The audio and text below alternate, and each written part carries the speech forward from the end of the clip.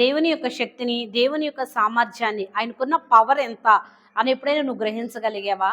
ఆయనకున్న శక్తి ఎంతో, ఆయనకున్న గొప్పతనం ఏంటో, ఆయన ఏ ఏ కార్యాలు వేటిని చేయగలడో ఎప్పుడన్నా గ్రహించగలిగామా? ఎందుకంటే ఈ లోకంలో మనము ఎవరికన్నా ఒక వ్యక్తికి ఒక పనిని లేకపోతే ఒక బాధ్యతను ఏదన్నా అప్పగిస్తున్నప్పుడు ఆ వ్యక్తి దానికి అర్హుడా? కాదా? చేయగలడా? లేదా?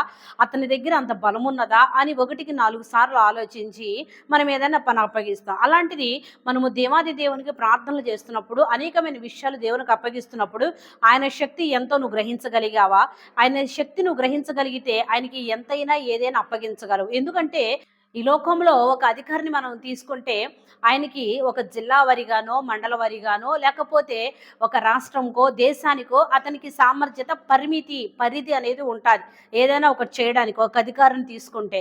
లోకంలో వారి సరిహద్దులు దాటితే వారి యొక్క పవర్, వారి యొక్క పేరు, వారి పలుకుబడి ఏది కూడా ఇంకా డాక్టర్ దగ్గరికెళ్తే ఒక వైద్యాన్ని మాత్రం మనం పొందుకోగలము.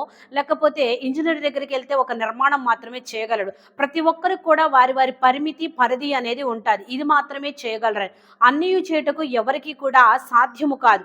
మనం ఆరాధిస్తున్న దేవుడు ఎంత గొప్పవాడంటే ఆయన ఒక మాట చెప్తాడు. ఏమనంటే పరలోకమందును భూమి మీదను నాకు సర్వాధికారం ఇయ్యబడినది.